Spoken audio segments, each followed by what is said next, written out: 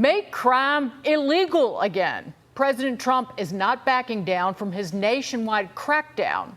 In fact, the president ramping things up with his next big move, Project Portland, where the National Guard is protecting federal property and workers against Antifa.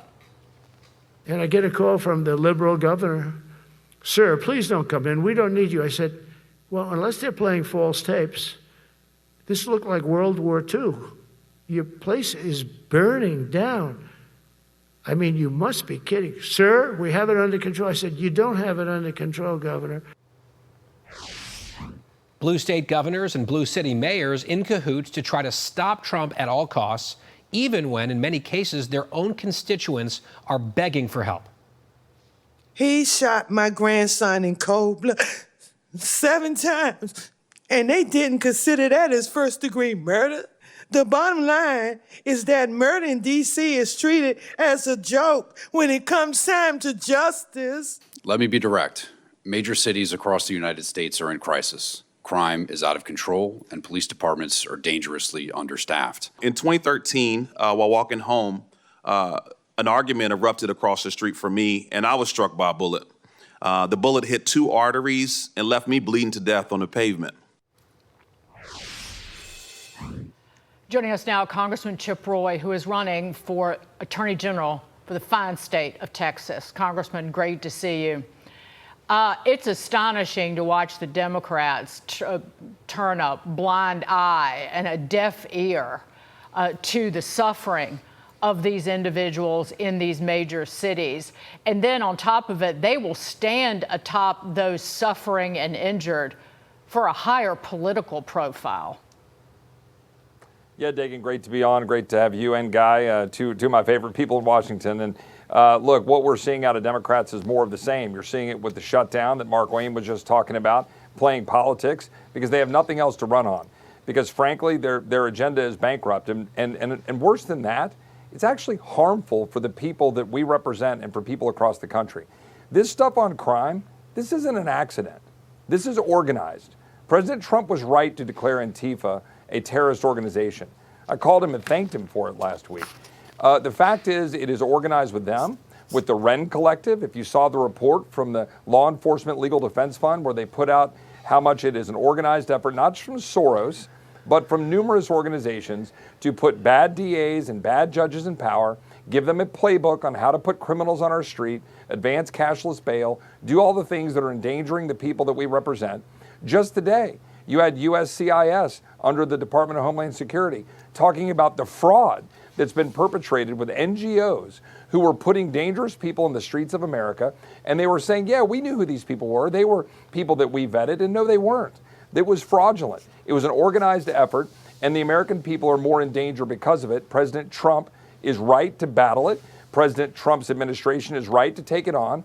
And look, I'm a federalist, but when you've got federal buildings, federal resources, federal properties that are endangered because blue cities and blue states are lawless, then he has the authority to put the National Guard there to protect those interests and to protect the interests of the national security of the entire United States. So I applaud him for doing it. D.C. is now no longer a complete unsafe hellhole because he's been taking steps to fix it. And you just heard from the D.C.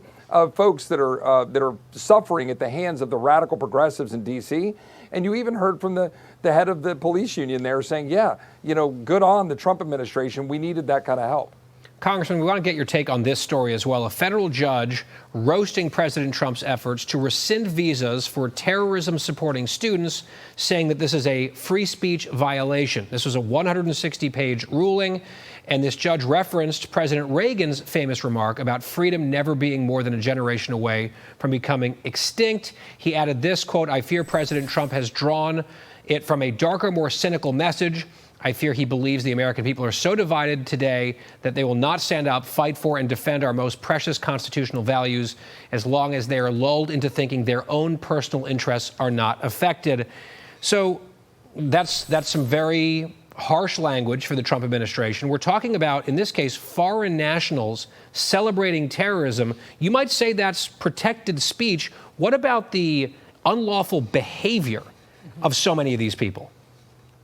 Yeah, well, a stupid decision is basically only one judge away from a radical Marxist that was put on by Biden or Obama. I mean, the fact is, we're going to get these bad rulings from these crazy district judges along the way, but the circuit courts and the Supreme Court have been basically upholding the president on numerous levels. And on this, there is firm ground. When you're talking about the power of dealing with visas and who should be here, student visas and others who are guests in our country, there's no question here.